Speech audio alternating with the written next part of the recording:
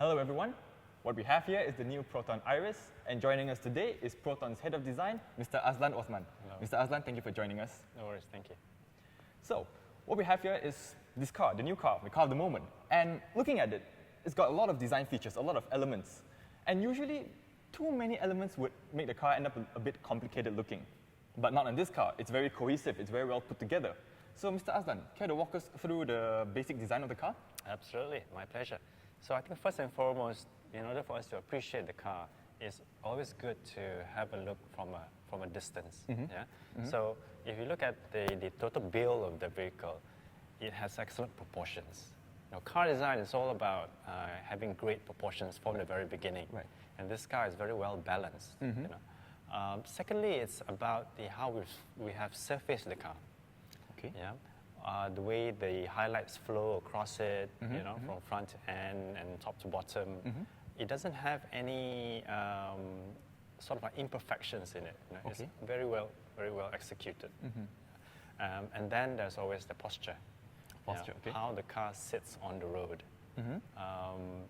We've given it a very nice stance, wide at the back, actually wider at the back than the front, which gives it a sense of purpose.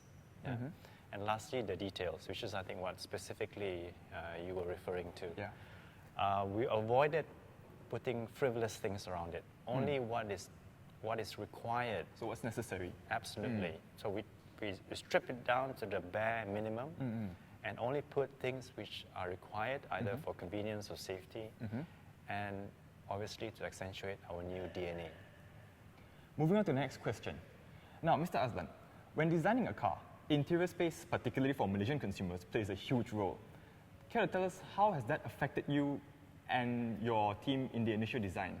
We took a lot of information from the consumers in knowing, firstly, what do they really want. Right. It's another thing giving something that is just so spacious but is overdone or overspec in that respect in terms of space. Okay. But giving something versus giving something that's practical. So what we've done here is we've given the consumer something practical rather than overly spacious. Right. Yeah. We've given them comfort and also things that they will appreciate as they own the car. Okay. So obviously the general dimensions is fully satisfied, 95 percentile human, for example, Right. Which meets the international standards, really tall, 6-footers and everything. Yeah. So there is no disadvantage in any way in terms of design in that spec. Okay. Yeah? But we never forget the element of style. Style, yeah, of course. So we've made sure that we've applied that in every corner of the vehicle. Okay, right. So on the topic of interior space, can you tell us what were the models that the Iris was benchmarked against?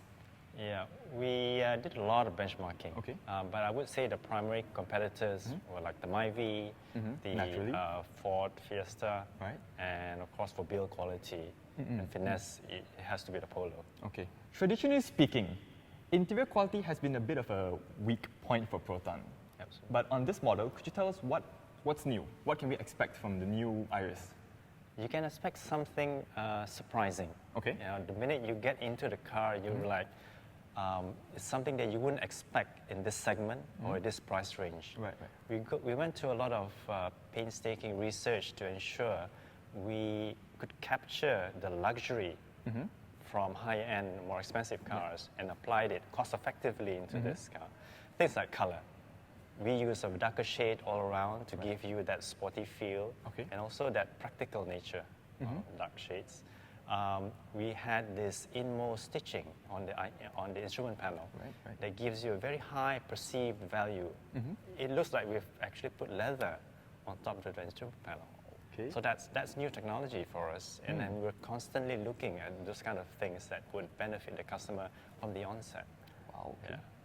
So moving forward, looking at the Proton Iris, what are the new design elements, both on the exterior and the interior, can we expect to see in future Proton models? Right. We've actually kept and evolved the DNA. Okay. What was initially shown in the 2010 Irma's show car in Geneva, that was the new philosophy, the new language. Right, the new direction. Yeah, the new design direction. The punchline was the Preve, followed by the Suprema, and now this car. So we have grown the DNA to fit the market that we want to come forward with. Okay. But the basis of the DNA obviously hasn't changed. Right. Things like the single graphic nature of the front, which cradles the Proton wings with the badge, for example, the dynamic line on the side, all those has been reapplied here, but made to suit the proportions of the car. Right, right. So going forward, you will still see this. Okay. There's no reason for us to suddenly stop using it. Yeah. But I think the other side of things is probably more apparent from now on is technology items that has a direct relationship to design. Right. So we cannot forget that electrical and electronics, for example, will have a major role on shaping the shaping next. design, Right, going right, forward. okay. So at the rear, we have this shim-foot look, which is a standout feature. Care to tell us more about it? Definitely. It's actually something that we've always had in our cars. What we've done here is giving it more punch, something more easily identifiable and definitely very strong. Okay. Well, that's all the time we have for today. Mr. Azlan, thank you so much again for joining us. No Really worries. appreciate it. My pleasure.